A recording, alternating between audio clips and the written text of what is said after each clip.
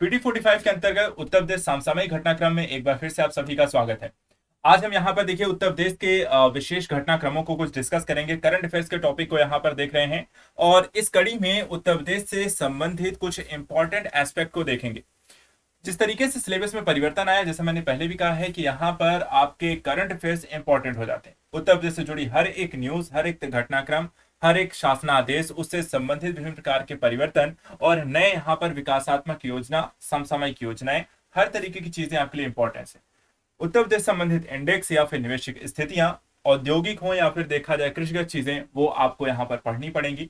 आपको हर एक घटनाक्रम पर यहाँ पर नजर रखनी पड़ेगी। साथ ही यहाँ पर एक चीज ये देखना जरूरी है कि आपके एग्जाम के लिए जरूरी पहलू कौन से हो सकते हैं, कौन सी चीजें आपके एग्जाम में पूछी जा सकती हैं, उनको भी यहाँ पर से पढ़ना है। जरूरी नहीं कि आपको हर एक न्यूज यहाँ पर आपके लिए जरूरी हो कि जो भी घटनाक्रम चल रहे हैं, वारदातें चल रही हैं, बहुत सब जरूरी नहीं है। लेकिन हाँ, आपके एग्जाम ओरिएंटेशन के लिहाज से क्या जरूरी है, ऐसी कोई भी न्यूज यहाँ पर छूटनी भी नहीं चाहिए।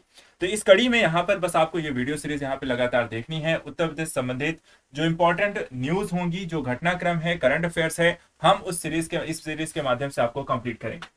तो चलिए देखते हैं आज उत्तर प्रदेश के समसामयिक घटनाक्रम में क्या जरूरी पहलू हैं, कौन कौन सी यहाँ पर न्यूज है, इंपॉर्टेंट एस्पेक्ट हैं। सबसे पहले देखिए यहाँ पर उत्तर प्रदेश में भारत के राष्ट्रपति ने मगहर में संत कबीर अकादमी तथा अनुसंधान केंद्र हेतु एवं स्वदेश दर्शन योजना का यहाँ पर उद्घाटन किया है। तो ये इंपॉर्टेंट एक एस्पेक्ट है, ध्यान रखिएगा। मगहर में यहाँ पर ये योजना की शुरुआत की गई है क्या, वो भी थोड़ा सा देख लेते हैं। देखिए, इसको प्रारंभ 5 जून 2022 को किया गया।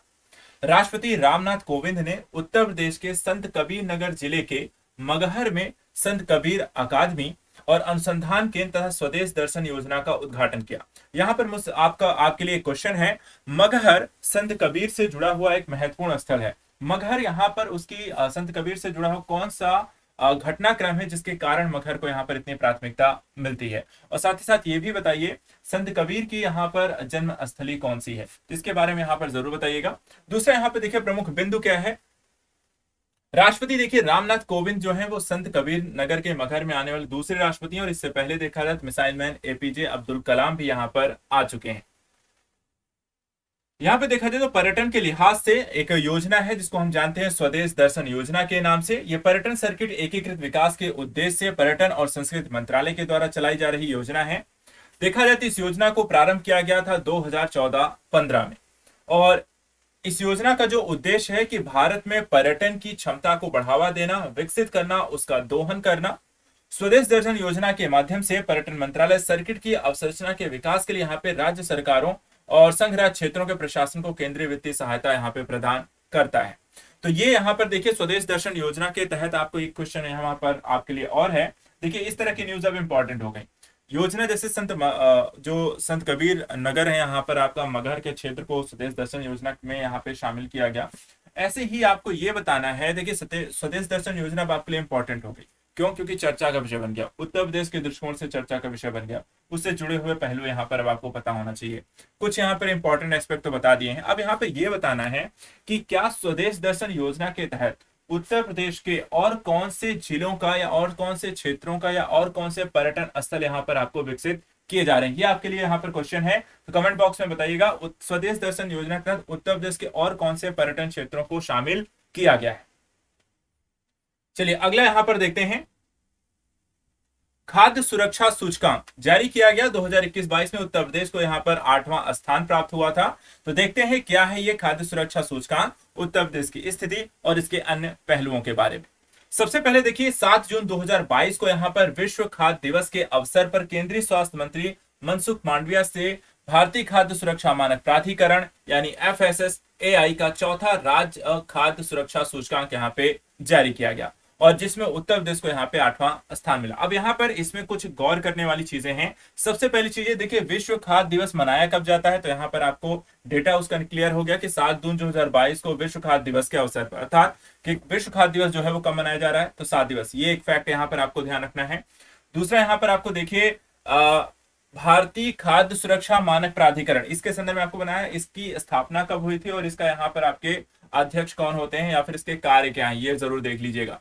खाद्य सुरक्षा सूचकांक में देखिए उत्तर प्रदेश को 8वां स्थान मिला है। इससे रिलेटेड जो क्वेश्चन मैं पूछता चल रहा हूं उसके बारे में आप कमेंट में जरूर बताइए, और अगर नहीं है पता है तो उसके बारे में पढ़िएगा जरूर, क्योंकि देखिए जो भी घटनाक्रम मैंने कहता हूं कि जो चर्चा का विषय बन रहे हैं उससे रिलेटेड कंटेंट एग्जाम में पूछे जाने की संभावना भी बढ़ जाती है।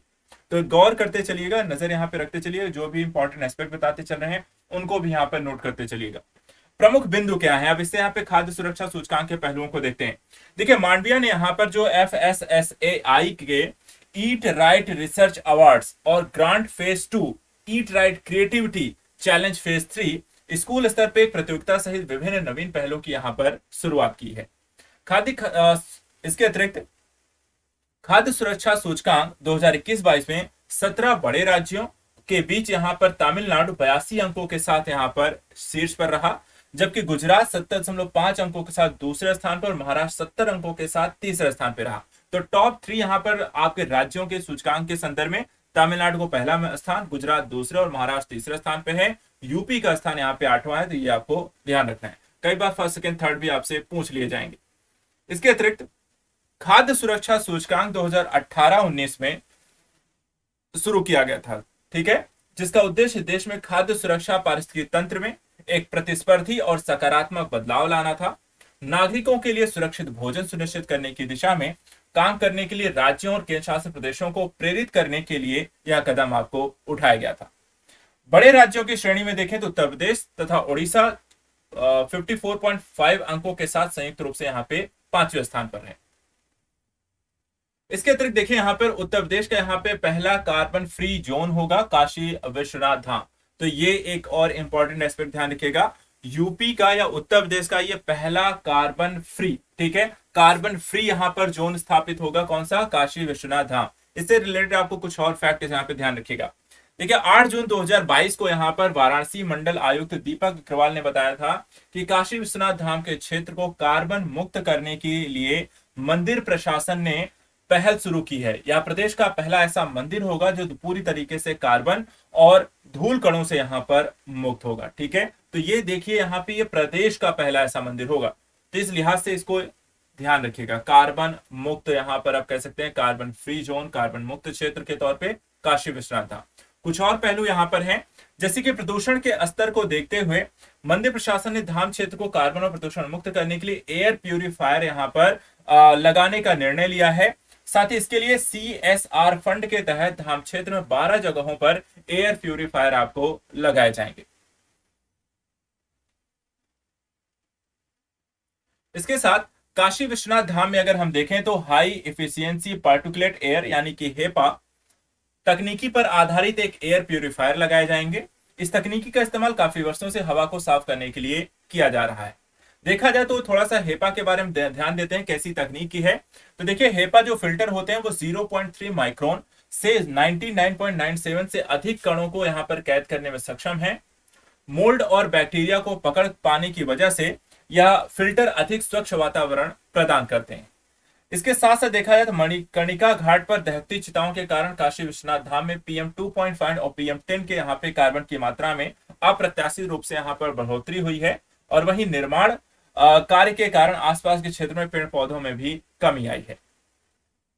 मंदिर प्रशासन के द्वारा जिला प्रशासन और एक कंपनी के सहयोग से ट्रायल के रूप में एयर प्यूरिफायर्स को लगाकर मंदिर के आसपास की आबो हवा को यहाँ पे शुद्ध करने का ट्रायल किया गया, और ये मशीन देखा जाए तो 5 किलोमीटर तक के क्षेत्र से धूल के कणों को सोखने की क्षमता रखती है। तो इस तरीके से कार्बन फ्री जोन के तौर पर काशी विश्वनाथ धाम को विकसित किया जा रहा है। अगला यहाँ पे है राज्य के पीसीएस अधिकारियों के लिए स्पैरो यूपी पोर्टल लॉन्च किया गया है, ठीक है। क्या है स्पैरो यूपी पोर्टल? देखिए यहाँ पे राज्य के पीसीएस अधिकारियों की चल अचल संपत्ति का ऑनलाइन ब्यौरा देने के लिए स्पैरो यूपी पोर्टल का निर्माण किया गया। तो किससे जुड़ा हुआ जो मेन फैक्ट है, बस यहाँ पर यह भी पूछा जा सकता है कि स्पैरो यूपी पोर्टल क्या है, या किस टॉपिक से रिलेटेड है, या इसमें किस तरह की चीजों के बारे में जानकारी है, या किस टॉपिक से संबंधित है। तो ध्यान रखना है कि उत्तर प्रदेश राज्य के पीसीएस अधिकारियों के चल अचल संपत्ति का ऑनलाइन ब्यौरा यहाँ पर, मतलब कि सभी पीसीएस अधिकारियों को यूपी के अपना जितनी भी संपत्ति है उसका डेटा यहाँ पर स्पैरो यूपी जो पोर्टल है इस पे जाके फिलअप करना पड़ेगा, सारी जानकारी वहां पर देनी पड़ेगी। और क्या है इसके बारे में?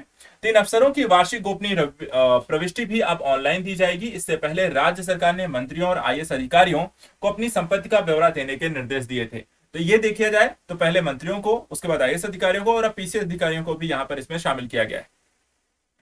इसके तहत राज्य के सभी पीसीएस अधिकारियों को हर साल 1 से 21 जनवरी के बीच अपनी संपत्ति के हिसाब यहाँ पर देना होगा और ऐसा न करने पर विभागीय यहाँ पर कार्यवाही की जाएगी।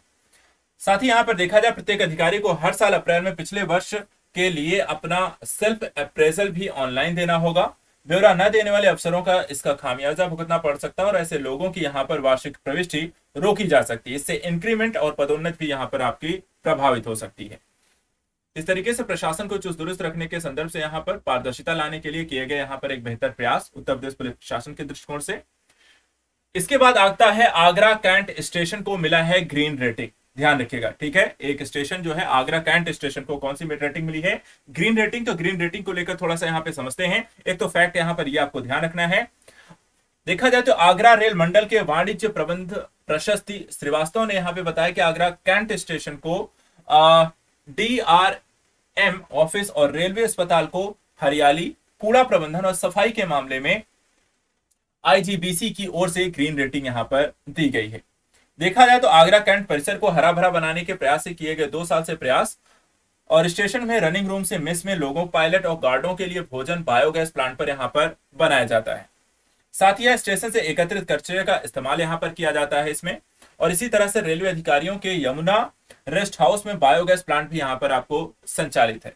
स्टेशन पर सौर ऊर्जा का उत्पादन भी होता है और स्टेशन परिसर से लेकर DRM ऑफिस तक सोलर पैनल से 1528.40 किलोवाट बिजली का यहाँ पर आपको उत्पादन होता है, जिससे स्टेशन और अन्य परिसर की जरूरतों को पूरा किया जा रहा है। तो एक तरीके से देखा जाए तो पूरी तरीके से आपको आगरा कैंट स्टेशन में जो भी कार्य यहाँ पर किए जा रहे हैं, कूड़े का निस्तारण किया जा रहा है, सौर ऊर्जा है, यहाँ पर आपको बायोगैस प्लांट है, आपको सत्र कचरे के निपटान की जो व्यवस्था यहाँ पर है, सारी चीजें आपको एक ग्रीन कह सकते हैं कि प्रौद्योगिकी के तहत या फिर क्षेत्र को यहाँ पर कार्बन मुक्त करने के दृष्टिकोण से किए जा रहे प्रयासों के लिए सराहनीय यहाँ पर काम किया जा रहा है।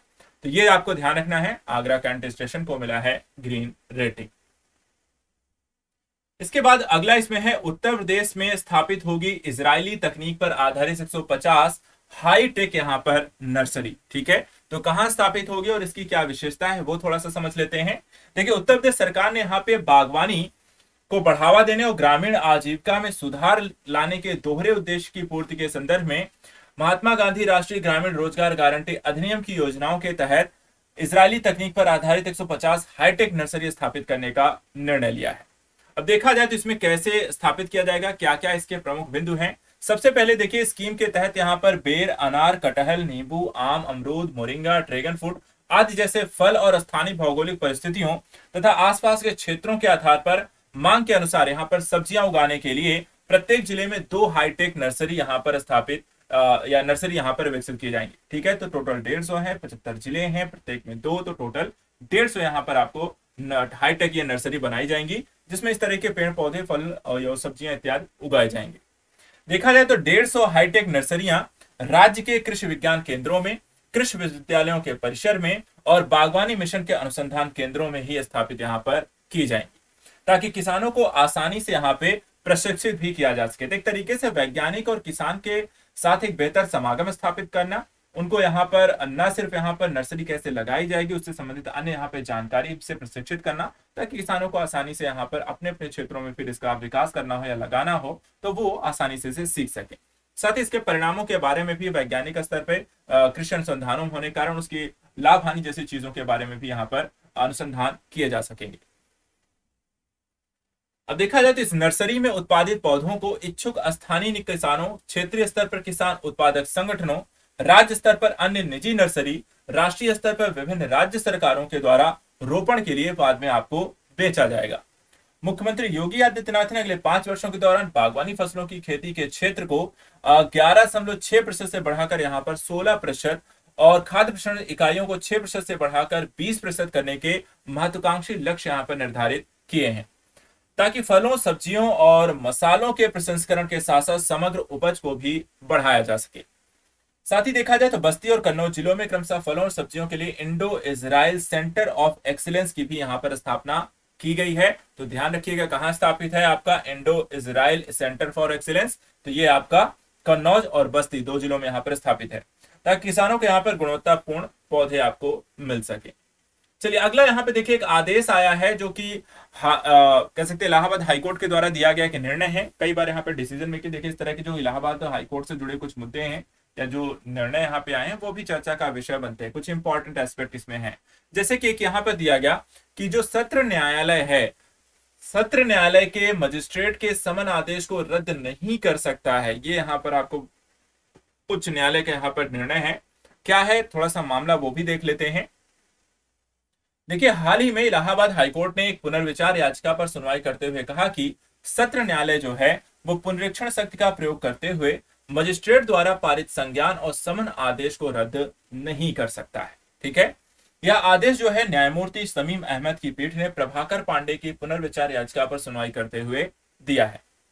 हाईकोर्ट ने कहा कि सत्र न्यायालय का पुनरीक्षण क्षेत्राधिकार बहुत ही सीमित है। यदि सत्र न्यायालय को पुनरीक्षण न्यायालय के रूप में कार्य करते समय कोई अनियमित या क्षेत्राधिकार में त्रुटि मिलती है तो कार्यवाही को रद्द करने की बजाय उसे केवल मजिस्ट्रेट के आदेश में त्रुटि को इंगित करके निर्देश जारी करने की शक्ति है, ना कि उसे रद्द करने की शक्ति है। तो एक तरीके से यहाँ पे सत्र न्यायालय के संदर्भ में यहाँ पर जो उनके आदेश यहाँ पर दिए गए, जो एक तरीके से समन को आदेश को रद्द करने का, वो यहाँ पर उनके अधिकार क्षेत्र से यहाँ पर बाहर है। इस चीज को उच्च न्यायालय ने स्पष्ट किया है।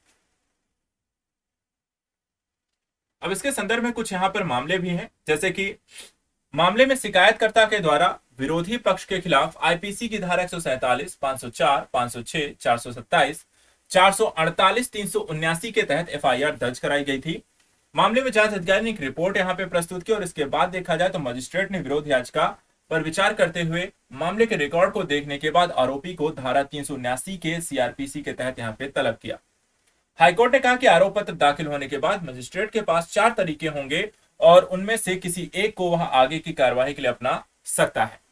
कोर्ट ने यह भी यहाँ पे आदेश दिया कि उन तरीकों का जिक्र यहाँ पे किया, साथ ही कहा कि मामले में सत्र न्यायालय का आदेश पूरी तरीके से आरोपी की दलील पर आधारित था, इसलिए मजिस्ट्रेट के समन आदेश को रद्द करना विधिक तौर पर यहाँ पे सही नहीं है। तो ये पूरा एक मामला था जिसमें उच्च न्यायालय के द्वारा यहाँ पर यह डिसीजन दिया गया कि सत्र न्यायालय को देखिए यहाँ पर आपको क्या करना है क्या नहीं करना, आपका अधिकार क्या है ये आपको स्पष्ट होना चाहिए, आप क्या कर सकते हैं ये और क्या नहीं कर सकते हैं, यहाँ पर इसको लेकर के ये मामले को स्पष्ट किया गया।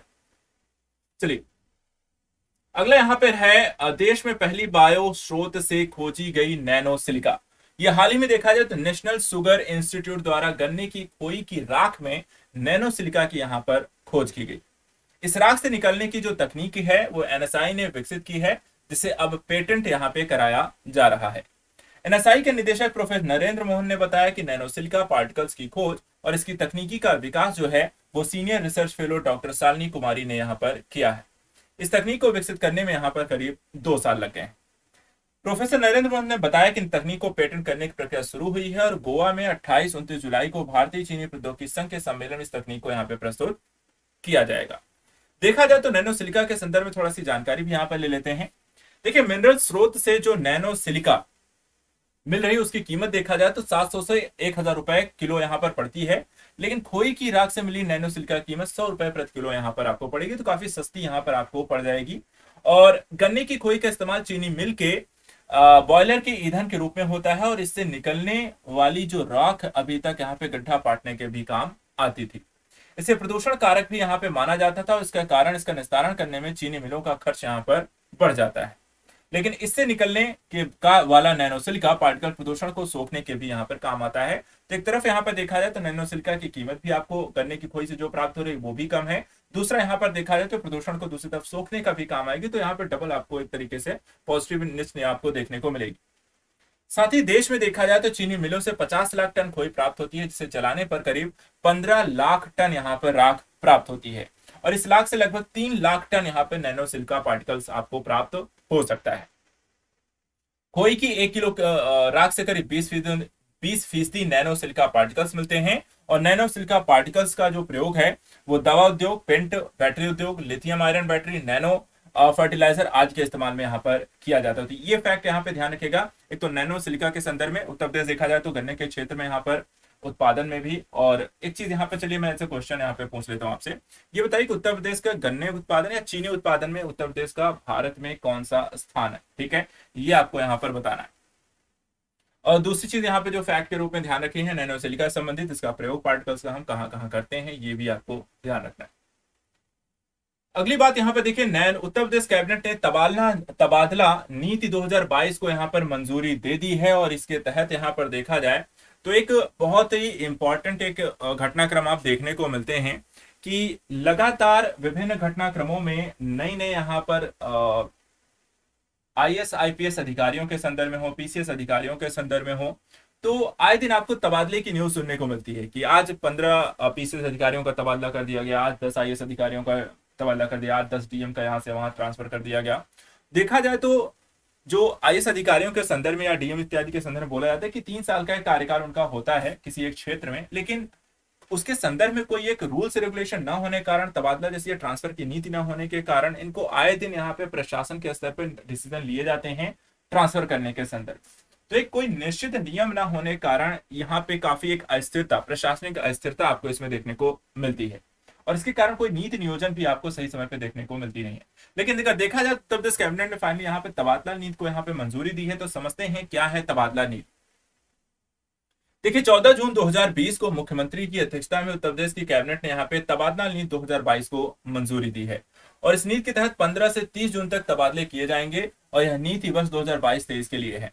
देखा जाए तो इसके तहत समूह क और ख के अधिकारियों के द्वारा जनपद में 3 वर्ष और मंडल में 7 वर्ष होने पर स्थानांतरण की व्यवस्था की गई। ठीक है, तो कितने वर्ष में यहाँ पर इस चीज को फैक्ट में ध्यान रखना है कि उत्तर प्रदेश तबादला नीति के तहत समूह क और ख अधिकारियों के संदर्भित है ये। दूसरा यहाँ पर देखा जाए तो इनके कितने साल में ट्रांसफर किए जाने की बात की गई है, तो अगर जिले में है तो 3 साल और मंडल के स्तर पे आपको 7 वर्ष पूरे होने पर यहाँ पर स्थानांतरण कर दिया जाएगा। इसके साथ साथ समूह क और ख के स्थानांतरण संवर्गवार कार्यरत अधिकारियों व कर्मचारियों की संख्या के सापेक्ष अधिकतम देखा जाए तो 20%, समूह ग व घ के संवर्गवार कार्यरत कर्मचारियों की संख्या के अधिकतम 10% तक की सीमा तक यहाँ पर किए जा सकेंगे। तथा एक परसेंटेज वाइज कि कितने परसेंट लोगों का यहाँ पर इस तरह का ट्रांसफर किया जाएगा, वो भी यहाँ पर आपको निर्धारित किया गया है। देखा जाए तो समूह ख और ग के कार्मिकों के स्थानांतरण merit based online transfer system के आधार पर किए जाने की व्यवस्था की गई है। इसके साथ साथ समूह ग के कर्मियों के पटल परिवर्तन व क्षेत्र परिवर्तन विषयक शासनादेश के कड़ाई से पालन करने की भी व्यवस्था अपनाई गई है। बैठक में पुलिस के 40,000 पदों पर भर्ती के प्रस्ताव को मंजूरी दी गई और बैठक में कृषि, उच्च शिक्षा, अवस्थापना, औद्योगिक विकास, चिकित्सा, स्वास्थ्य, चिकित्सा शिक्षा, पर्यटन, संस्कृत सहित विभिन्न विभागों के करीब 1.5 दर्जन प्रस्तावों पर भी यहाँ पर चर्चा हुई। तो मूल जो मुद्दा रहा तबादले की नीति को यहाँ पर मंजूरी, उससे जुड़े फैक्ट, कब कितने वर्ष में यहाँ पर ट्रांसफर किया जाएगा, कितने परसेंट लोगों का होगा, ये सारे तथ्य को ध्यान रखेगा। अगला यहाँ पर देखिए, निःशुल्क संतान की आय कम होने पर जीवन भर यहाँ पर पेंशन देगी राज्य सरकार। तो क्या है ये मुद्दा? देखिए 16 जून 2022 को यहाँ पे राज्य सरकार के द्वारा जारी शासनादेश में कहा गया कि यदि कोई दिवंगत सरकारी कर्मचारी है या पेंशन भोगी है तो और वो निःशक्त संतान था, तो वहां पर उसके पास जीवन में पारिवारिक पेंशन का हकदार है, अगर कोई संतान यहाँ पर नहीं है तो उसे जीवन भर सरकार के द्वारा पारिवारिक पेंशन दी जाएगी। इसके साथ साथ देखा जाए तो राज्य शासन ने राज्य सरकार के सेवानिवृत्त या मृत कर्मचारी व पेंशनरों की मानसिक और शारीरिक निःशक्तता से ग्रस्त संतान को पारिवारिक पेंशन के संबंध में आय के मानदंड यहाँ पे तय किए। अर्थात देखा जाए तो यदि मान लीजिए आपका बच्चा है, अगर वो यहाँ पर शारीरिक तौर पर सक्षम नहीं है या फिर मानसिक तौर पे सक्षम नहीं है किसी प्रकार के कार्य करने के संदर्भ में, तो उस संदर्भ में भी यहाँ पे पारिवारिक पेंशन सरकार देने वाली है। इसके साथ साथ आदेश के अनुसार यदि निःशक्त संतान की समग्र आय साधारण दर पर स्वीकार्य पारिवारिक पेंशन या उस स्वीकार्य महंगाई राहत से कम है तो यह लाभ भी मिलेगा। तो इस स्थिति में भी देखा जाए तो पारिवारिक पेंशन मिलेगी। और ऐसे मामलों में वित्तीय लाभ इस शासनादेश के जारी होने की तिथि से देय होगा और सरकारी कर्मचारी पेंशन भोगी या पूर्व पेंशन भोगी की मृत्यु की तारीख से शुरू होने वाली अवधि के लिए कोई यहाँ पर आपको बकाया स्वीकृति नहीं होगा। तो ये यहाँ पर कुछ फैक्ट है। इसके बाद 2 साल में 2 मातृत्व अवकाश ले सकती हैं महिलाएं। देखिए यहाँ पर इसे स्पष्ट कर दिया गया है क्योंकि एक मुद्दा यहाँ पर हाईलाइटेड हुआ था जिसके कारण ये थोड़ा सा चर्चा का विषय बना।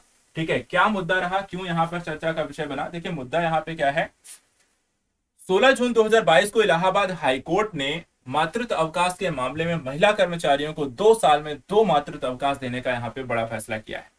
देखिए मुद्दा ये था कि 2020 में देखा जाए तो याची एक थी जिन्होंने ये याचिका यहाँ पे दायर की थी। 2020 में 180 दिनों का वैतनिक मातृत्व अवकाश लिया था और इसके बाद उसने दूसरे मातृत्व अवकाश के लिए मई 2022 में बीएसए को आवेदन किया। बीएसए जो था उसने याची के आवेदन को इस आधार पर निरस्त कर दिया था कि 2 मातृत्व अवकाश के बीच कम से कम 2 साल का यहाँ पे अंतराल होना चाहिए। और इसी के संदर्भ में जब यहाँ पर कोर्ट में यहाँ पर ये एक याचिका दायर की गई तो यहाँ पर हाईकोर्ट ने यहाँ पर स्पष्ट कर दिया कि ऐसा नहीं है, वो यहाँ पर 2 मातृत्व अवकाश ले सकती है। तो यहाँ पे देखिए मातृत्व लाभ संशोधन अधिनियम 2017 के अनुसार गर्भवती महिला करीब 26 सप्ताह यानी कि 6.5 महीने तक मातृत्व अवकाश की यहाँ पे पात्र होगी। यह प्रसव की अनुमानित तारीख से 8 सप्ताह पहले से शुरू हो सकती है, मगर इस अवकाश के साथ यह शर्त जुड़ी है कि कोई भी महिला अपनी पहली 2 गर्भावस्था के लिए यह अवकाश ले सकती है। तीसरा बच्चा होने पर 12 सप्ताह के लिए मैटरनिटी लीव देने का प्रावधान भी इसमें शामिल है।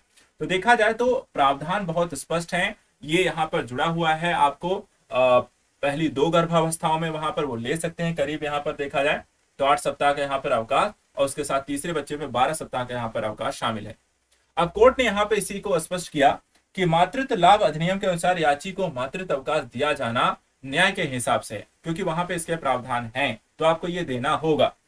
फाइनेंशियल हैंडबुक में दिए गए नियम मातृत्व अवकाश अधिनियम के प्रावधानों को यहाँ पर निष्प्रभावी नहीं कर सकते हैं। कोर्ट ने यहाँ पर कहा, इस आदेश को रद्द करते हुए कहा कि याची को 180 दिनों का यहाँ पर वैतनिक मातृत्व अवकाश देने का आदेश दिया। तो अगेन से यहाँ पर ये स्पष्ट कर दिया गया हाई कोर्ट ने फाइनली कि यहाँ पर महिला याची को देखा जाए तो 2 साल में 2 मातृत्व अवकाश वो ले सकती है। चलिए अगला यहाँ पे मुद्दा है, मथुरा के इस्कॉन और प्रेम मंदिर को मिला है भोग प्रमाण पत्र। ठीक है, तो क्या है ये भोग प्रमाण पत्र, यहाँ पर उसको यहाँ पर देखते हैं।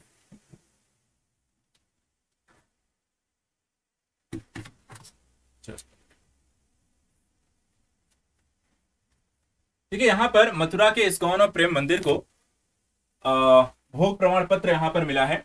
16 जून 2022 को FSSAI भारत सरकार की तरफ से खाद्य सुरक्षा और औषधि प्रशासन ने ईट राइट कार्यक्रम के तहत मथुरा के वृंदावन के प्रेम मंदिर और इस्कॉन मंदिर को यहाँ पे भोग प्रमाण पत्र दिया है। मंदिर में अपने आराध्य भगवान के अर्पित किए जाने वाले भोग और प्रसाद की गुणवत्ता के संबंध में मंदिर परिसर में बनाए जाने वाले भोग को हाइजीन वातावरण, रसोई घर में सभी कार्य व्यक्तियों के स्वास्थ्य परीक्षण, पानी की जांच, पेस्ट कंट्रोल और गहन जांच करने के उपरांत स्वतंत्र ऑडिट एजेंसी के द्वारा 2 बार यहाँ पे ऑडिट किया गया। तो देखा जाए तो इस तरीके का जो भोग प्रमाण पत्र है कि आपको यहाँ पर किस स्वच्छता के साथ आप जो भी यहाँ पर चढ़ावे के संदर्भ में जो भी प्रसाद आप बनाते हैं वो कितना यहाँ पे स्वच्छ तरीके से स्वच्छता का ध्यान में रखकर बनाया गया है। तो दोनों मंदिर को ध्यान रखिएगा, किसे किसे मिला है, मथुरा के इस्कॉन और प्रेम मंदिर को। इसके अलावा इसमें देखिए ऑडिट रिपोर्ट को FSSAI भारत सरकार को भेजा गया और परीक्षण के बाद वृंदावन इस्कॉन मंदिर एवं प्रेम मंदिर को यह भोग प्रमाण पत्र यहाँ पर जारी किए गए। सहायक आयुक्त खाद्य सुरक्षा औषधि प्रशासन गौरी शंकर ने बताया कि ईट राइट कार्यक्रम के तहत GLA विश्वविद्यालय, केडी मेडिकल कॉलेज, संबद्ध गुरुकुलम, वात्सल्य ग्राम एवं अक्षय पात्र कैंपस को ईट राइट कैंपस के सर्टिफिकेशन की प्रक्रिया यहाँ पर चल रही है और इसके अलावा श्री कृष्ण जन्मभूमि मंदिर को भी भोग प्रमाण पत्र दिलवाने की प्रक्रिया जारी है। तो यहाँ पर ये सारे कैंपस, ये सारे आपको और भी यहाँ पर देखा जाए तो मंदिर भी इस कड़ी में यहाँ पर अगले प्रमाण पत्र प्राप्त करने की श्रेणी में शामिल हो सकते हैं। सहायक आयुक्त गौरी शंकर ने कहा कि ब्रज के अन्य प्रमुख मंदिर, बरसाना के राधा रानी मंदिर, गोवर्धन के गिरिराज के मंदिर के प्रबंधकों को व रिसीवर से भी यहाँ पे अनुरोध किया गया कि वे भी अपने यहाँ चल रही रसोई की जांच कराएं, जिससे उनको भी यह प्रमाण पत्र मिल सके और प्रसाद लोगों को घर तक यहाँ पे पहुंचाया जा सके। इस तरीके के यहाँ पे कार्यक्रम और भी मंदिरों में लागू करने की बात की गई। चलिए अगला इसमें है उत्तर प्रदेश औद्योगिक भूखंडों के उपविभाजन से संबंधित यहाँ पे नई नीति को यहाँ पर स्वीकृति मिली है। देखिए चर्चा में क्यों है, तो 17 जून 2022 को देखें तो उत्तर प्रदेश में निवेश प्रोत्साहन व नई औद्योगिक इकाइयों के विस्तार के लिए औद्योगिक भूखंडों के उपविभाजन की बहुप्रतीक्षित नई नीति संशोधित होने के बाद इसे मंजूरी दे दी गई है। क्या है ये नीति, किसके तहत क्या क्या प्रावधान किए गए हैं, तो वो यहाँ पर देख लेते हैं। देखिए उत्तर प्रदेश राज्य औद्योगिक विकास प्राधिकरण ने अपने बोर्ड की मंजूरी के बाद यहाँ पे संशोधित नीति को कार्योत्तर अनुमोदन के लिए यहाँ पर सरकार को भेज दिया है और राज्य कैबिनेट की यहाँ पर अनुमति की प्रत्याशा में इसे तत्काल प्रभाव से यहाँ पे लागू कर दिया गया है। गाजियाबाद में लगभग 200 से 300 एकड़ अनुपयोगी पड़े बड़े भूखंडों पर छोटे भूखंड बनकर दूसरे उद्यमियों को यहाँ पर उपलब्ध हो सकेंगे। और क्या है, तो यदि उप विभाजित क्षेत्र जो है वो करीब 25 एकड़ तक है तो इसके लिए गठित समिति की सिफारिश पर प्राधिकरण के सीईओ जिसमें मंजूरी देंगे, और यदि उप विभाजित क्षेत्र 25 एकड़ से अधिक है तो इसे प्राधिकरण बोर्ड के द्वारा यहाँ पर मंजूरी दी जाएगी। तो दो प्रावधान है, 25 एकड़ से कम होने पर यहाँ पर देखा जाए तो इसके लिए यहाँ पर जो गठित समिति होगी उसके प्राधिकरण जो वहां पर आपको मंजूरी देगी, जबकि 25 करोड़ से ज्यादा होने पर देखा जाए तो प्राधिकरण के बोर्ड के द्वारा मंजूरी देगी। तो दोनों ही यहाँ पे अलग अलग यहाँ पे प्रावधान किए गए हैं। इसके अलावा क्या क्या यहाँ पे अन्य प्रावधान है वो भी देख लीजिए। पहला कि 4000 वर्ग मीटर के वे भूखंड उपविभाजित होंगे जिन पर 4 वर्ष तक इकाई संचालित यहाँ पर हो रही है। भूखंड देखिए 18 मीटर रोड पर यहाँ पर होना चाहिए। इसके अलावा न्यूनतम 450 वर्ग मीटर के भूखंड सृजित किए जा सकेंगे। आंतरिक विकास के लिए 18 से 36 महीने तक चरणबद्ध यहाँ पे समय दिया जाएगा और आवंटित भूखंड का अधिकतम 75 यहाँ पर देखा जाए तो उपविभाजित यहाँ पर किया जा सकेगा। भूखंडों की बिक्री को 2 से 3 वर्ष तक समय मिलेगा और इसके बाद समय विस्तार की यहाँ पर सुविधा भी मिलेगी। उपविभाजन जो शुल्क है प्रचलित दर पर 7.5 से 20 तक होगी और यहाँ पर 50 जो होता है अनुमोदन के समय व 50 जो होगा पूरा करने के बाद यहाँ पर देना होगा। तो इस तरीके से पूरी प्रक्रिया को यहाँ पे लागू किया जाएगा। अगला है चंबल कटहल महोत्सव। ये देखिए चर्चा का विषय यहाँ पर क्यों है चंबल कटहल महोत्सव। 20 जून 2022 को देखा जाए तो डाकुओं के आतंक के लिए बदनाम जो है जो क्षेत्र है चंबल हम जानते हैं, तो यहाँ पर अभी चंबल सहित 5 नदियों के संगम पर पंचनद पर चंबल कटहल महोत्सव का आयोजन किया गया है। ठीक है, पंचनद पर कौन सा महोत्सव, चंबल कटहल महोत्सव। इसका प्रमुख बिंदु यहाँ पे क्या है, देखिए पहला मौका था यहाँ पर आपसे देखा जाएगा। अभी ये क्वेश्चन है आपसे, ये बताइए यहाँ पे जो बोला गया कि 5 नदियों का संगम है पंचनद, तो आपको ये यहाँ पर देखिए एक तो नाम यहाँ पे चंबल दिया गया है, 4 अन्य नदियां कौन सी हैं। ये पंचनद में जो 5 नदियां शामिल हैं उन 5 नदियों के आपको नाम बताना है। कमेंट बॉक्स में आपको यहाँ पर 5 नदियों के नाम बताना है कि पंचनद में कौन कौन सी नदियां शामिल है। देखा जाए नदियों के संगम के किनारे कटहल फेस्टिवल का ये आयोजन पहली बार यहाँ पर किया गया है और यहाँ न सिर्फ कटहल के बारे में बल्कि कटहल के उत्पादन के संबंध में भी लोगों को जानकारी दी गई है।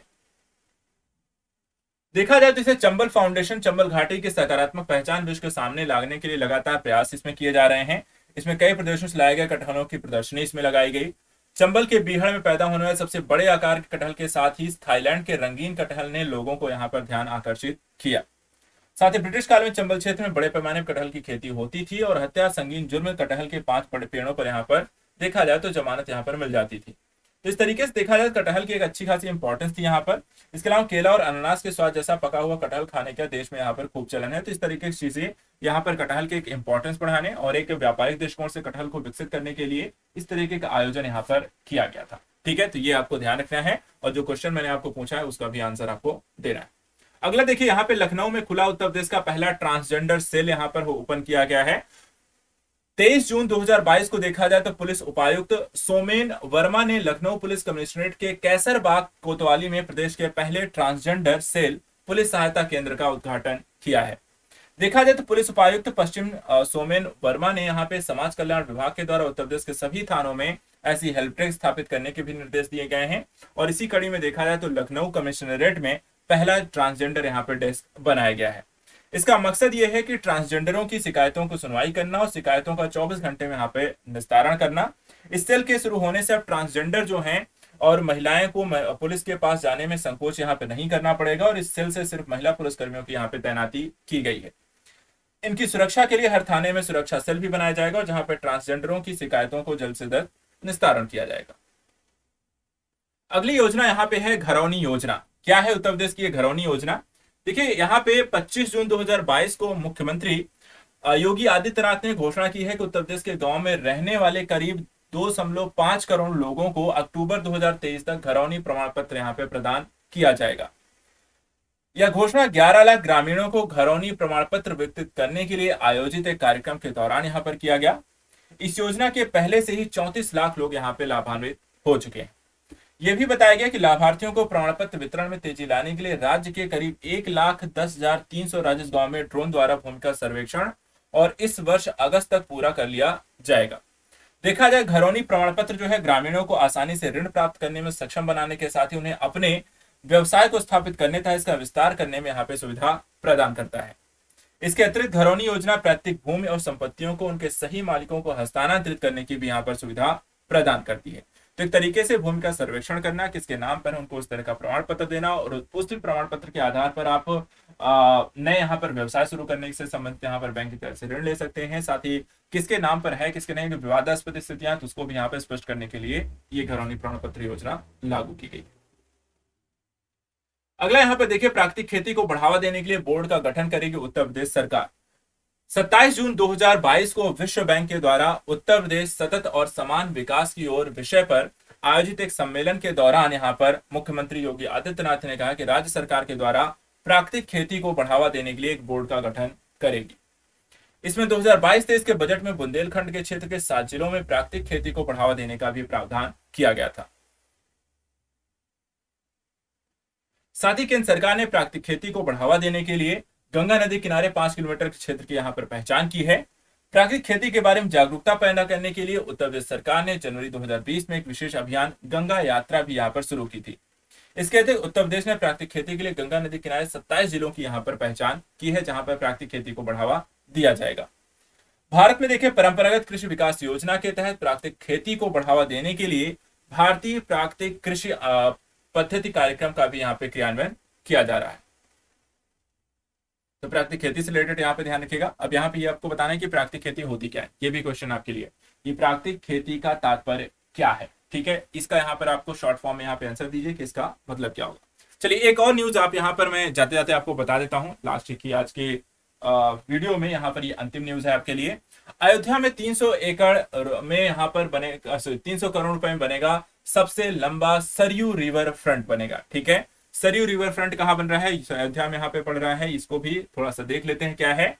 29 जून 2022 को उत्तर प्रदेश सरकार ने रामनगरी अयोध्या में सरयू नदी के तट पर 2 किलोमीटर लंबे यहाँ पे सरयू रिवर फ्रंट का बनाने का निर्णय लिया है।